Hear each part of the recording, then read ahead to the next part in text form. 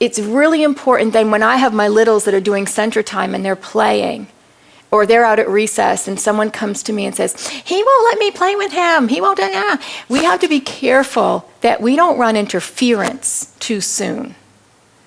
We as adults are really flawed at that because we love kids and we want to help them, we want them to feel good and we want them to have a good time. But we tend to go swooping in there and run the interference too soon. We say, you know what, you all need to play together. Now I don't know about you, but what I've seen over the years is I see kids who come to me and say, well, make them play with me. They have to let everybody play. Well, that's not true. Kids have to learn to say, hey, listen, if that group doesn't want to play with you, you have other options. So I say to them, you know what? Okay, I understand that. It doesn't feel good to you. I get that. But you know what? There's some other choices here. So do what's going to make you happy and play.